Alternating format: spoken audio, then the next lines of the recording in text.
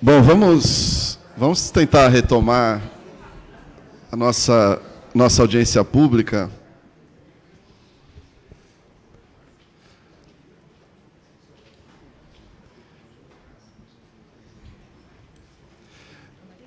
Bom, segundo o que estava previsto no edital, nesse segundo momento, após a conferência do professor Daniel Cara, né, que já contou com participação de parte das pessoas inscritas, nós teríamos agora e teremos um espaço para manifestação de representantes das secretarias de educação, estadual e municipal, e dos conselhos estadual e municipal de educação. Antes disso, até porque na correria aqui, na nossa preocupação também com o horário do palestrante, nós não fizemos a apresentação do GEDUC. Então, para quem não nos conhece, o Grupo de Atuação Especial de Educação do Ministério Público trabalha na área do direito à educação na perspectiva do interesse difuso, né? Então, não é um grupo que faça defesa de direitos individuais ou de pessoas determinadas, mas que acompanha a política pública de educação. Eu me chamo João Paulo e sou promotor desse grupo e vou passar a palavra aqui para a equipe se apresentar também, que, afinal de contas, o trabalho lá não se realiza sem o esforço conjunto de todos. Um bom dia a todas e a todos. Meu nome é Daniel Serrazul, eu também sou promotor de justiça, atualmente trabalhando no GEDUC. Bom dia a todos e a todas. Meu nome é Cíntia, eu sou assistente social, atuo no Núcleo de Assessoria Técnica Psicossocial na área da educação, junto com os promotores do GEDUC. Bom dia a todos e todas. Meu nome é Larissa, eu sou psicóloga, eu trabalho no NAT, no Núcleo de Assessoria Técnica, junto com a Cíntia, em parceria com os promotores do GEDUC. Bom dia, meu nome é Amanda, sou oficial de promotoria e trabalho na Secretaria do GEDUC. Bom dia, meu nome é Gabriela, eu trabalho também como oficial de promotoria na Secretaria do GEDUC. Bom dia, meu nome é Francisco, eu sou oficial de promotoria e trabalho na Secretaria do GEDUC. Bom dia, meu nome é Carolina e eu trabalho como analista de promotoria lá no GEDUC. Bom dia, eu sou Alessandra, também sou oficial de promotoria e trabalho também na Secretaria do GEDUC.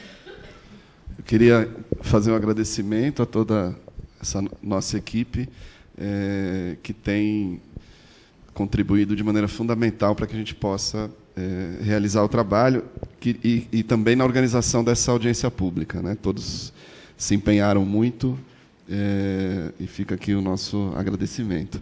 Queria agradecer também o Walter Vieira, que é servidor aqui do Ministério Público e, atendendo ao nosso pedido, veio atuar como intérprete de Libras aqui também, nessa ocasião. Dando sequência, então, aos trabalhos, e o que estava previsto no edital, eu convido o senhor Wilson Levi, que é coordenador do projeto de gestão democrática da Secretaria de Estado da Educação, neste ato representando o secretário estadual de Educação, para fazer o uso da palavra, conforme previsto no edital, por 10 minutos. Muito obrigado.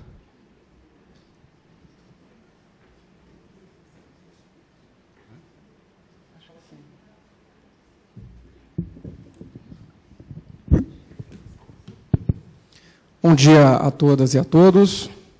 Meu nome é Wilson, aqueles que não me conhecem, e eu coordeno o projeto Gestão Democrática da Educação na Secretaria de Educação do Estado de São Paulo. Como esse é um dos temas tratados na audiência pública de hoje, gostaria de trazer, por se tratar de uma audiência pública, então, um momento de publicizar os resultados da política pública e também de trazer elementos para aperfeiçoá-la, um pouco do trabalho que nós temos desenvolvido desde maio do ano passado sobre o tema da gestão democrática. Como o professor Daniel Cara disse na sua exposição, O Plano Nacional de Educação, seu artigo 9º e correspondente meta 19, trouxe a necessidade, a obrigação de que os sistemas municipais e estaduais de ensino modernizassem, ou, se não existisse, implementassem, através de um marco legal, através de uma lei, uma política de gestão democrática da educação. No âmbito do Estado de São Paulo, nós temos 3 espaços de participação democrática dentro da escola. Nós temos o Grêmio Estudantil, que faz a representação dos estudantes. Nós temos o Conselho de Escola, que tem representantes de professores, alunos, da direção da escola. E nós temos a Associação de Pais e Mestres, a APM, que faz a interface da escola com a família e com a comunidade. Quando nós começamos esse trabalho, eu lembro bem, Faustinone, que estivemos aqui no Ministério Público e estávamos no limiar de estourar o prazo do Plano Nacional de Educação. 2 anos. Junho de 2016, portanto. E sinalizamos que o prazo seria, de fato, extrapolado, mas por uma razão que nós entendemos estratégica para a política pública. Não dava para pensar um projeto de gestão democrática da educação sem escutar o maior número de elementos, de componentes da comunidade escolar que fosse possível. E, em se tratando de São Paulo, os números são muito expressivos e uma escuta aprofundada demandaria tempo. Nós temos hoje cerca de 4 milhões de estudantes nas 3 faixas de ensino, 250 mil professores e mais de 5 mil escolas. Nós temos mais estudantes matriculados em São Paulo do que habitantes no Uruguai. Então, começamos um processo focado nesses 3 espaços, grêmios, conselhos e APMs. A política pública foi elaborada da base para o topo. Então, nós elaboramos um projeto básico, acho que é importante trazer esse registro. O projeto básico foi elaborado no mês de maio abril-maio de 2016. E esse projeto básico, por se tratar de um projeto de gestão democrática, nós entendíamos que o próprio projeto tinha que ser objeto de consulta.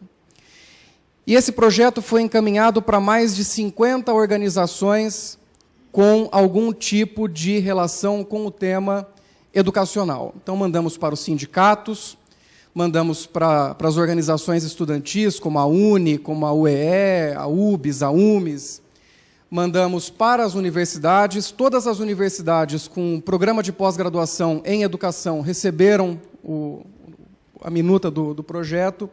Ministério Público, Defensoria Pública, OAB, Tribunal de Justiça, enfim, todos os atores que, de algum modo, têm alguma relação com o tema da educação. Eu, como agente do Estado, me permito não avaliar a razão, mas nenhum desses 54 ofícios foi respondido. E nós tivemos o cuidado de encaminhar o ofício, de mandar por e-mail e de ligar para os responsáveis por essas instituições para confirmar o recebimento. Por outro lado, recebemos mais de 2.000 contribuições vindas da rede e que ajudaram a aperfeiçoar o projeto.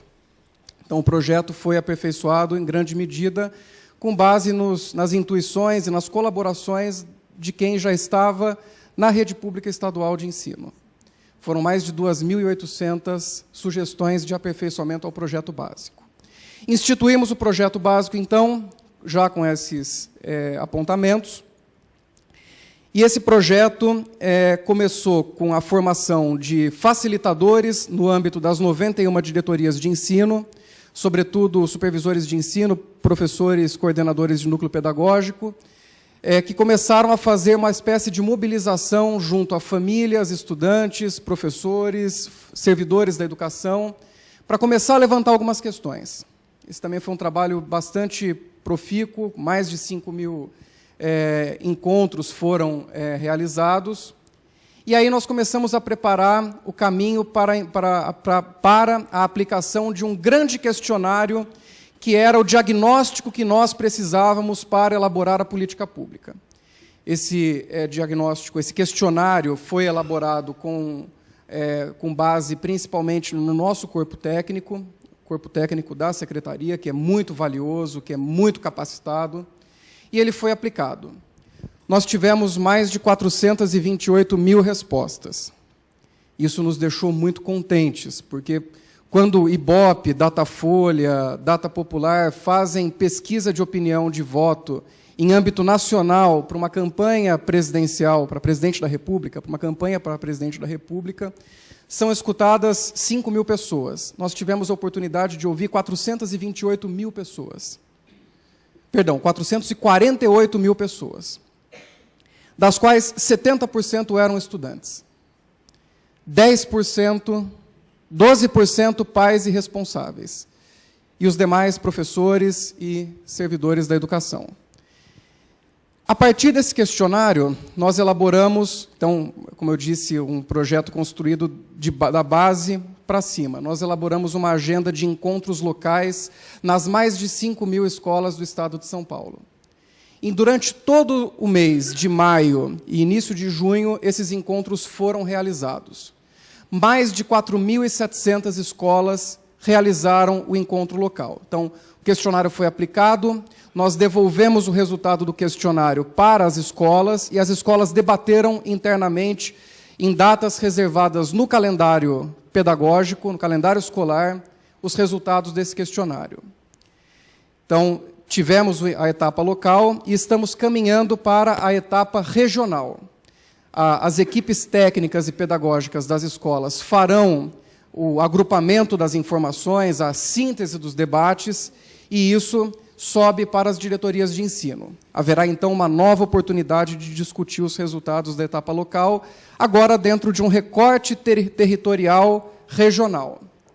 Finalizado esse processo, teremos um encontro estadual sobre gestão democrática da educação.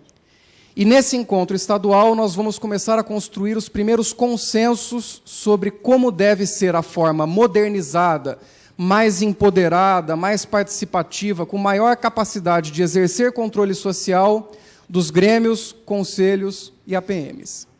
Esse encontro está programado para acontecer agora no mês de novembro de 2017.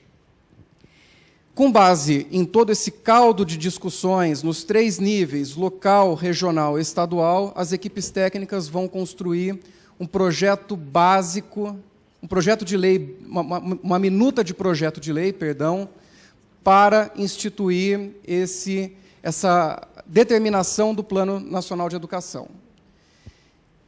Uma vez concluída essa minuta, nós teremos mais um período de escuta, porque ele será divulgado para que as pessoas possam, mais uma vez, opinar e participar da construção desse processo. E aí, então, nós encerramos a nossa participação nessa etapa, encaminhando o projeto de lei para a Assembleia Legislativa, que é a instância com legitimidade para votar o projeto de lei. E aí a Assembleia Legislativa, através das suas comissões, Comissão de Educação, por exemplo, terá a oportunidade de abrir novas portas e novos espaços de discussão. Então, um projeto que foi todo construído de forma democrática, participativa. De novo, 448 mil pessoas participaram do questionário, que foi o ponto de partida, o start desse processo. E eu, então, gostaria de finalizar trazendo 2 dados. O primeiro, que no início da gestão do professor Nalini, nós tínhamos 68% de escolas com grêmios eleitos pelos estudantes, e no ano de 2017 nós chegamos a 92% das escolas, são 4.713 escolas com grêmios eleitos pelos estudantes, pelos pares, enfim, pela comunidade dos estudantes nas escolas.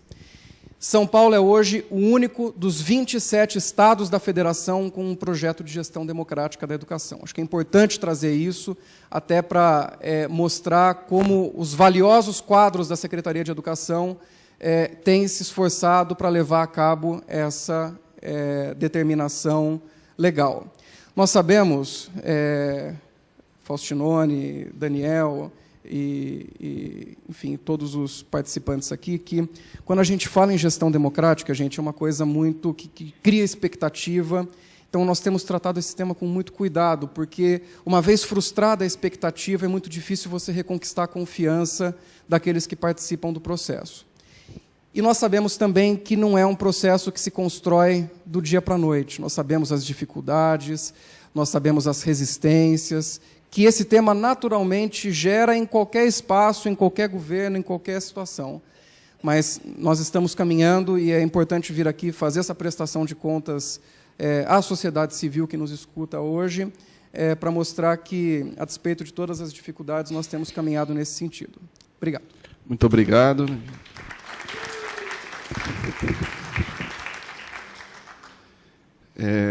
Gostaria de convidar agora para fazer uso da palavra o senhor Emanuel Pinheiro Júnior, assistente técnico de educação, neste ato representando a Secretaria Municipal da Educação. O senhor também tem 10 minutos, por favor.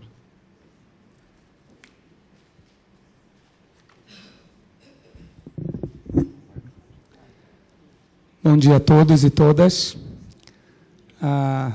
Bom dia à mesa. É um prazer estar aqui hoje, falando um pouquinho aqui com vocês sobre um tema que é tão caro para todos nós. E aí eu já gostaria de abrir aqui a minha fala trazendo um ditado Xhosa, né, que é um ditado da língua materna do Nelson Mandela, que diz assim: pessoas são pessoas quando formadas por outras pessoas, né, e em contato com outras pessoas. Então, esse ditado é só para dizer que o nosso movimento de formação, ele só acontece quando a gente realmente está em contato com os outros, né? Nesse movimento de participação intensa, né? Eu estou aqui falando já direto sem falar meu nome, né? E sem me apresentar e dizer de onde eu vim.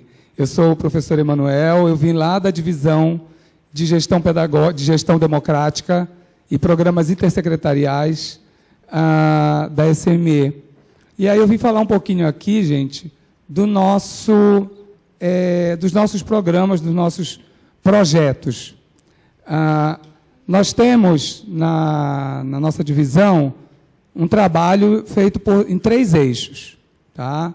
Um deles é a gestão democrática e participativa. Os outros 2, que estão intrinsecamente ligados, tratam de cuidados e proteção social, e também de educação em direitos humanos. Então, todo esse trabalho que nós estamos fazendo na divisão, ele está dentro de um viés e de um currículo de educação integral. Nós estamos trabalhando aí, agora desde algum tempo, está sendo feito um levantamento das escolas nossas que têm não só constituídos conselhos, os seus conselhos de escola, mas também aqueles que estão realmente em atividade. Conselhos de escola, grêmios, que são instâncias de participação dentro das nossas escolas, além das APMs. Um trabalho que a gente vem fazendo, na verdade, que eu penso muito grandioso, é a organização das comissões de mediação de conflitos, que são comissões que estão sendo constituídas dentro das escolas, né? Não somente para resolver, como a gente diz assim, é uma comissão que está lá para resolver os problemas recorrentes entre as crianças. Não, são comissões que estão ali com a participação, contando com a participação da comunidade, dos pais, dos alunos, dos educadores, para tratar realmente de todas as questões que afligem a escola no nosso dia a dia, né? E para trazer mesmo esse viés da participação de todos e todas para a escola. Além disso, nós estamos com um trabalho com um grupo de pesquisa, formação e intervenção social, chamado, e apelidado, na verdade, carinhosamente de G70, que é um grupo de trabalho formado por gestores em nível que estão ali trabalhando nas DREs, né, nas diretorias regionais de ensino, para fazer o trabalho de formação com essas comissões de mediação de conflito. Esse trabalho todo, é importante dizer que nós não estamos sozinhos, né? Como nós fazemos parte desse movimento dentro do programa intersecretarial, nós contamos aqui com a parceria muito forte da SMADES, né? Que é a Secretaria Municipal de Desenvolvimento e Assistência Social.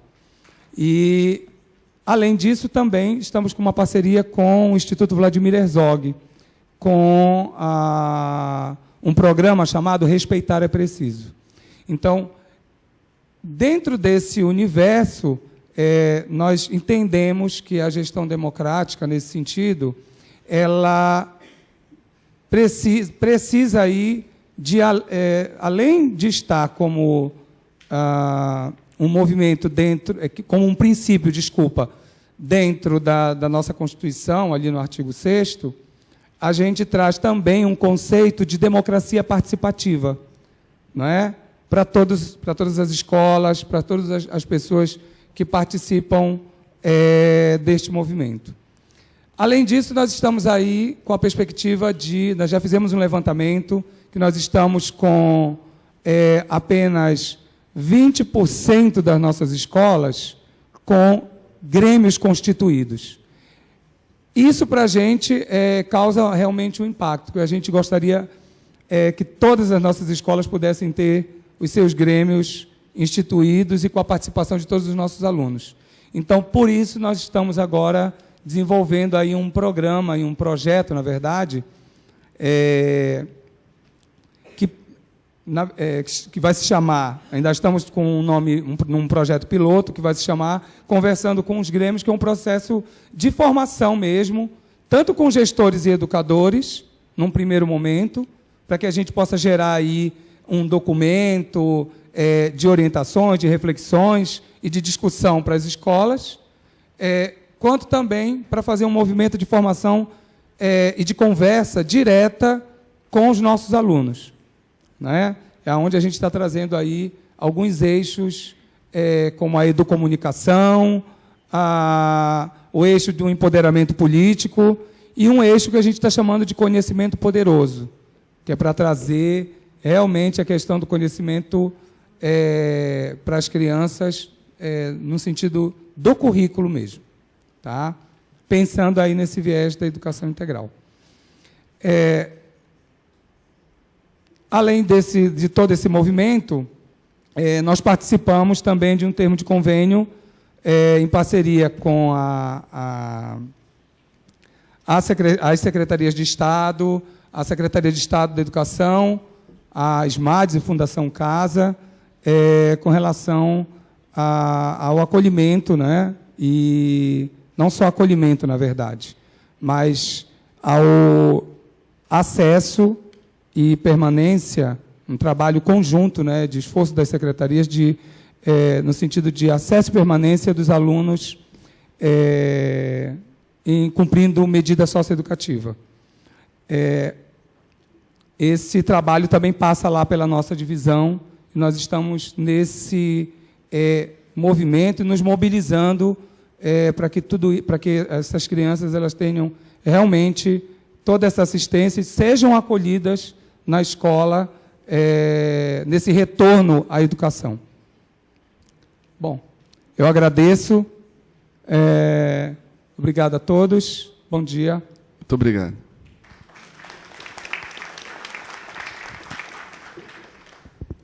Só para confirmar aqui, o Conselho Estadual de Educação tem algum representante? Vou passar a palavra, então, à Secretaria Municipal de Assistência e Desenvolvimento Social, o senhor Maximiliano Martins Dante.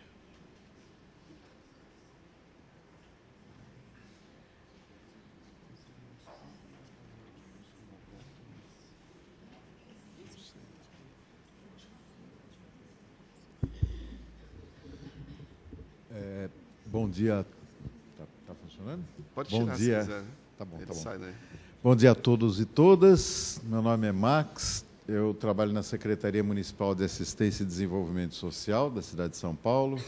Sou um dos responsáveis pela política de atendimento aos adolescentes que estão cumprindo medidas socioeducativas em meio aberto, a liberdade assistida e prestação de serviço à comunidade. Nós temos hoje na cidade de São Paulo 60 serviços conveniados que atendem cerca de 5.300 adolescentes que estão nessa situação. E é uma das condições fundamentais para que esse cumprimento de liberdade assistida tenha efetividade o retorno, a retomada do processo de escolarização regular. A gente tem se empenhado bastante, já há bastante tempo, com isso, né? A gente teve momentos em que essa inclusão dos alunos foi mais difícil, a gente passou por um período em que essa inclusão ela era feita, na maior parte das vezes, por meio de ordens judiciais. Hoje a gente tem um grupo constituído, conforme o Emanuel já contou, né? O grupo está quase todo aqui hoje, fico feliz em ver aqui as pessoas que compõem esse grupo. É um grupo que tem trabalhado de uma forma bem gostosa, né? Um grupo que tem um clima colaborativo, interessante, e formado, como o Emanuel já disse, pelas secretarias do Estado e do Município da Educação, a Fundação Casa, que trabalha com os meninos em regime fechado, internação e semiliberdade, e a gente no município que trabalha com os meninos no meio aberto, liberdade assistida e prestação de serviço à comunidade. Esse grupo se empenhou desde 2014, finalzinho, na verdade, 2015, 2016, na elaboração de um documento que foi publicado ano passado, em julho do ano passado, faz um ano, que a gente chama de documento orientador para o atendimento escolar dos adolescentes em cumprimento de medidas socioeducativas. É um documento que já desenha detalhadamente o fluxo para acesso, garante o acesso desses meninos à escola. E agora esse grupo, que continua trabalhando, está debruçado sobre as questões relativas à permanência desses alunos. Num primeiro levantamento feito em 2015, a gente percebeu que dos alunos que foram matriculados, por força até da medida socioeducativa que estavam cumprindo, de todos eles, após a finalização da medida socioeducativa, depois que o juiz já os liberou do cumprimento de liberdade assistida, a gente imaginava que poucos deles permanecessem estudando, mas, para nossa grata satisfação, a gente percebeu que 33%, não sei se dá para dizer apenas, mas 33%, ou seja, 1/3 deles abandonou a escola depois de um ano, né? Ainda é um número significativo, mas é bem menor do que o que a gente imaginava. Nossas expectativas eram um pouco mais pessimistas, a gente imaginava que mais da metade deles tivessem abandonado as escolas. Na verdade, mais da metade deles permaneceram estudando um ano após o final das suas medidas socioeducativas. Mas ainda há uma evasão de 33%, e a gente está trabalhando para reduzir hoje essa evasão, e esse grupo está pensando medidas, estratégias que possam ser adotadas para garantir uma maior permanência desses alunos. A gente sabe, de antemão, que a permanência deles muitas vezes é dificultada pela falta de acolhimento, que infelizmente algumas unidades escolares ainda não conseguem acolher adequadamente esses meninos, né? Ainda a nossa sociedade, e aí nisso as escolas não estão fora da nossa sociedade, a nossa sociedade como um todo é preconceituosa, né? A gente sabe disso, o quanto é difícil olhar para esses meninos que estão cumprindo liberdade assistida e pensá-los como alunos iguais aos demais, né? Que precisam e que têm o direito de estudar, né? E o acolhimento adequado a esses alunos, principalmente se a gente levar em conta que eles passaram muito tempo fora da escola, é fundamental para que eles se sintam parte dessa escola e sintam, inclusive, percebam, inclusive, o valor desse processo de escolarização, que vai para além dos conteúdos trabalhados na sala de aula, passa, inclusive, pelas oportunidades de convivência saudáveis e educativas, inclusive, que a escola pode proporcionar. E a outra questão que muitas vezes os coloca para fora da escola é a dificuldade de acompanhamento do que se trata em sala de aula, dos chamados conteúdos programáticos da escola. Esses alunos têm, em geral, uma defasagem relativamente grande, né? Passaram um período de suas vidas fora da escola. E é importante que, na retomada da escolarização, eles recebam algum tipo de apoio pedagógico também para conseguir se integrar melhor aos conteúdos que estão sendo tratados em sala de aula. As formas que a gente está pensando pressupõem sempre uma ação em colaboração entre todos os envolvidos. Quando digo todos os envolvidos, a gente entende que as secretarias de educação, as unidades escolares, os profissionais da educação são fundamentais, mas é importante que os profissionais da assistência social, que também acompanham esses meninos no meio aberto, estejam junto, próximos às escolas, para ajudar as escolas a receberem bem esses meninos e a trabalhá-los para que eles possam continuar efetivamente estudando. E a gente tem se empenhado bastante nessa direção. Temos muito ainda a fazer, a gente sabe que não é fácil, a gente sabe que o próprio menino, muitas vezes, tem uma experiência muito não tão boa na escola, né? Muitas vezes experiências de que saíram, se sentiram em algum momento rejeitados, se sentiram em algum momento não fazendo parte mais daquele ambiente, que acabaram abandonando. E é importante para a gente, então, ressignificar esse retorno deles para a escola, ressignificar o que é a educação para esses meninos. Minha fala aqui hoje é muito mais de agradecimento àqueles que têm colaborado conosco nessa difícil tarefa e de pedir que todos possamos olhar para esses meninos como um aluno que, como todos os outros, precisa e tem direito à educação para o seu melhor desenvolvimento e, obviamente, para que possa superar a prática infracional. Então, fica aqui o meu obrigado aos colaboradores até hoje e o nosso pedido de que a gente possa continuar junto, porque essa é uma tarefa realmente difícil para todos nós. Muito obrigado. Muito obrigado.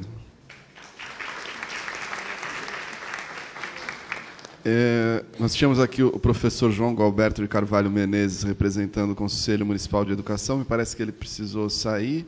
Não sei se ficou algum outro representante do Conselho Municipal de Educação que queira fazer uso da palavra. Bom, então, dando sequência, aproveitando que a gente ainda tem um tempo pela parte da manhã, eu vou começar a chamar as pessoas que se inscreveram para se manifestar, né, previamente. A primeira inscrita é a Junília Santana, que vai fazer que trouxe uma manifestação escrita, é isso? Ah, legal. Você faz a tradução para a gente? Então pode pedir para ela, por favor.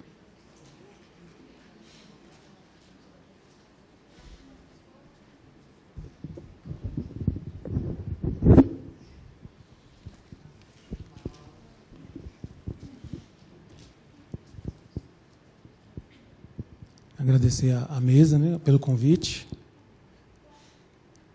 Também o professor Daniel, que foi embora. Muito obrigado pelas explicações dele, foi importante. Entender como que eu posso, junto com o surdo, combinar... Eu sou surda, né, então eu quero saber como que essa questão da educação pode me ajudar. A construção toda no Brasil, essa reforma, como que vai ter essa interação dessa reforma, já que tem essa divergência, tanta essa confusão, alguns não aceitam, outros aceitam, como que nós podemos fazer esse trabalho?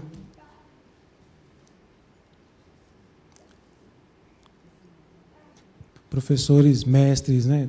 Pessoas mais, como o professor Daniel falou, pessoas mais inteiradas do assunto,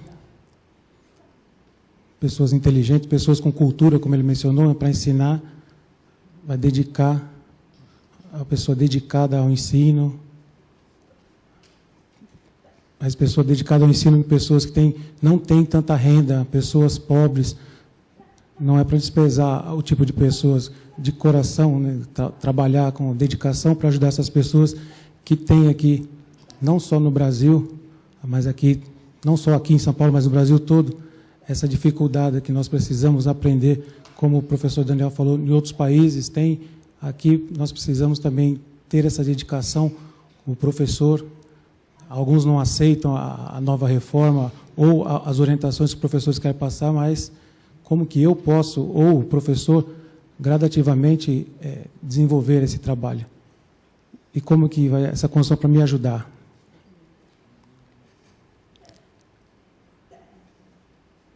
Não vai ser rápido, tem tempo, tem uma construção, até ver como a situação realmente funciona, em vez de uma vez e talvez se atrapalhar no percurso da história e depois perder o fio da meada. Então, a ideia é algumas pessoas que não têm a condição financeira, têm um ensino fraco e outros ensino um pouco mais forte, né? Ensinos melhores, como ele citou a questão do Rio Grande do Sul, como que aqui pode ter essa interação entre eles? Eu tenho um ensinamento fraco e outros têm um ensinamento mais forte. Como que nós podemos fazer esse trabalho em conjunto para que nós possamos progredir juntos?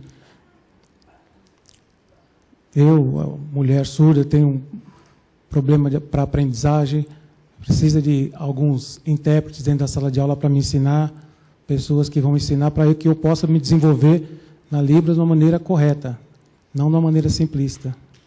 E o intérprete dentro da sala de aula é fundamental. O professor, junto com os alunos, e o intérprete também, explicando a matéria. Quando tem um só, é mais difícil a dedicação, como que ele vai aprender as duas informações de uma vez para passar para mim. Está pedindo, por favor, né, que junte, consiga colocar esses dois dentro da sala de aula para poder explicar a informação, para que todos nós possamos entender da maneira correta, né? Aí a educação fica de uma maneira igualitária. Essa é a ideia. Muito obrigado.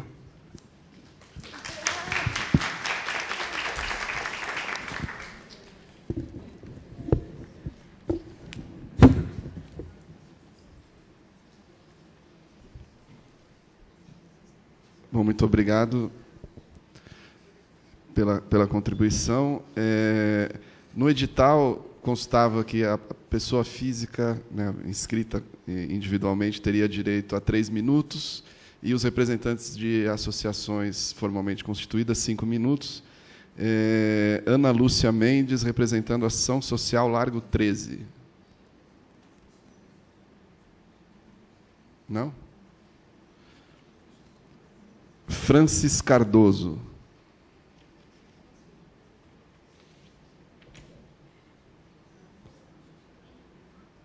Washington José Oliveira da Fonseca, da Diretoria Regional Butantã.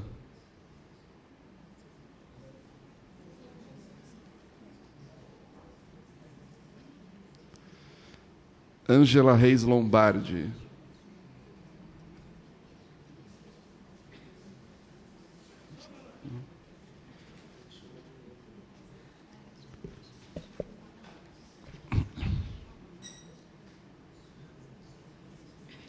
Elisandra Félix Vieira, não sei se tinha desistido, parece.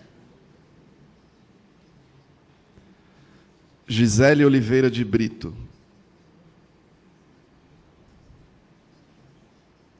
Elisângela Freire de Oliveira Chagas. Samira Maria da Silva.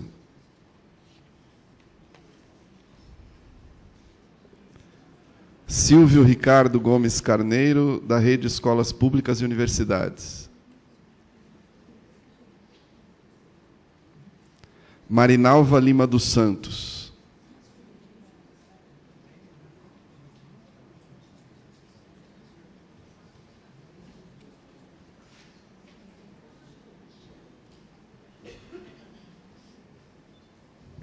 Bom, como eu já falei anteriormente, só uma dúvida, assim, eu não sei se a equipe poderia refletir sobre isso, que a educação básica, né, ela é composta pela educação infantil, fundamental e o médio.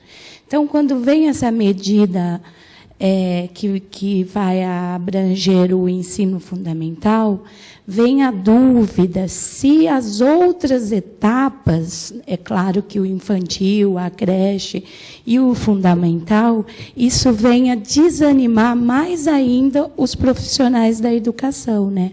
Porque no Plano Nacional, a Meta 17, ela fala da valorização dos profissionais. Então, há uma luta constante para que a gente consiga efetivar, de fato, uma educação básica, onde que essa discussão, até mesmo egoísmo do professor, do médio achar que é melhor do que o Fundamental 1, achar que é melhor do que a pré-escola, e aí quem perde com tudo isso é a sociedade, né? É só isso.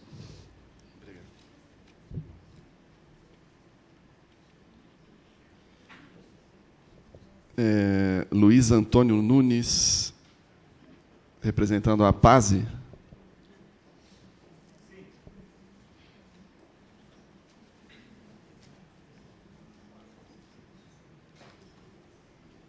Bom dia.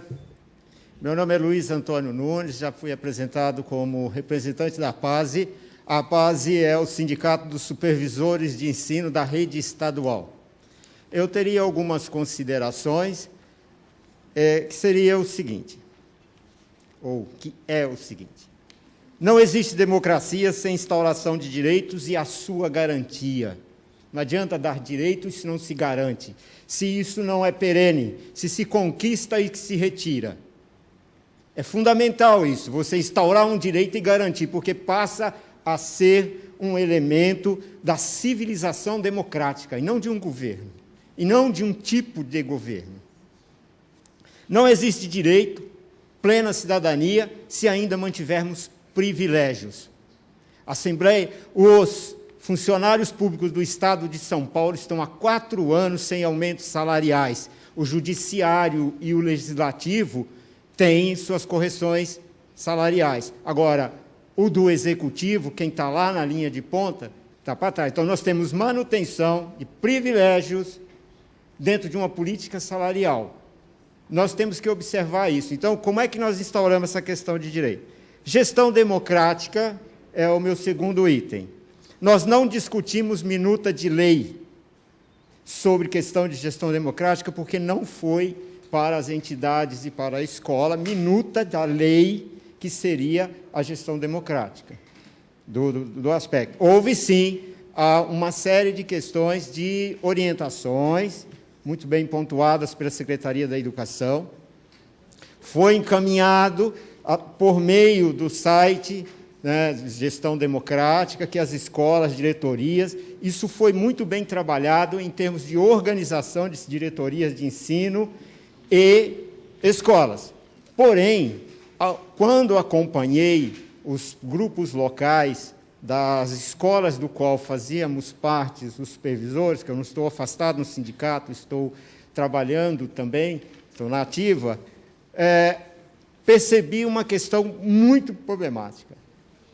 A questão do levantamento dos desafios estavam caminhando mais para a questão de problemas locais da escola do que a construção de uma minuta de um projeto-lei. Limpeza da escola, disciplina, como o pai participa, as dificuldades da participação dos pais. Então, essa foi uma questão que eu tive que ter um embate junto com os diretores. Falei assim, mas o que eu vou propor? O que as escolas vão propor? Eu falei, deixa falar. É deixar falar. Eles estão sendo chamados, põe no papel o que eles disserem, mas a fala e o discurso inicial e a videoconferência que instaurou o processo, ela pedia um encaminhamento para a construção de uma minuta de um projeto, e não um desafio imediato a ser vencido, como resolver o problema do Grêmio. Uma lei não tem essa questão imediata, ela abarca uma série de procedimentos, é o meu entendimento, né? Então, eu tenho essa questão de que, na base, na escola, na discussão, muito se perdeu dessa construção da minuta. essa discussão foi porque não se entendeu essa questão da construção da minuta, né? Outra questão que nos é caro enquanto supervisor é a construção do regimento escolar. Esse também é um dado assim de uma relativa autonomia da escola, e ela é muito problemática. Inclusive, o Conselho Estadual de Educação está se movimentando em relação a uma retomada da discussão do Conselho Escolar. Sobre a questão de movimentos democráticos dentro da escola, eu participei de 2 encontros nacionais de conselho de escola, e o terceiro seria seria sob responsabilidade da Secretaria da Educação, aqui no estado de São Paulo, e creio que não aconteceu na capital. Mas nós fechamos uma conversa lá de que haveria necessidade de um projeto de lei ou uma lei federal que desse ao conselho de escola a sua regulamentação necessária. O conselho está regulamentado no Estado de São Paulo na 444/86, que é o Estatuto do Magistério, é um artigo. E ele é muito limitado quanto ao funcionamento. Trata-se da formação, mas não do funcionamento no seu dia a dia. Então, essa proposta que nós fechávamos lá no conselho, no encontro dos conselhos, era justamente de se transformar isso com maior amplitude, que daria para o Estado e o município um maior entendimento sobre a questão do conselho de escola. E eu vejo um outro problema, encerrando, só falta um item aqui. Uma outra questão seria a constituição do conselho de escola e da APM. É muita gente para você, diretor de escola e comunidade, arregimentar para participar. Eu propus, em todo lugar que eu tenho direito a falar, em todo lugar que eu posso ir, vamos fundir conselho de escola com APM. A APM tem conselho deliberativo. Experiências municipais, certo? Funcionam dessa mesma maneira. Americana, a rede municipal tem o SEC, que ele resolve tanto os problemas pedagógicos quanto aos problemas financeiros. E aí entram outras questões, né, que nós temos um contexto muito vou pedir para o senhor, só para a gente respeitar os inscritos, e ao final, como a gente ainda tem todo o período da tarde, se houver oportunidade, a gente retoma outras inscrições. Encerro a minha tá? fala. Obrigado. Maria Lúcia Morrone. Havia alguns estudantes inscritos, só para confirmar se eventualmente a gente não anotou a presença. Cláudio Adão dos Santos, Priscila Vieira Lima Napoleão do Prado, Paulo Henrique de Oliveira Santos, Fabiane Silvia Vicente Hidalgo, Beatriz Clemente, Moisés Cardoso Benigno de Oliveira, Antônio Carlos Musso, Fernanda Aparecida da Silva Morales, Jaimes Isidoro Ferreira, João Vitor Santos Honório, Tomé Paulo Oliveira de Azevedo, Silvia Cristina Tomás de Campos,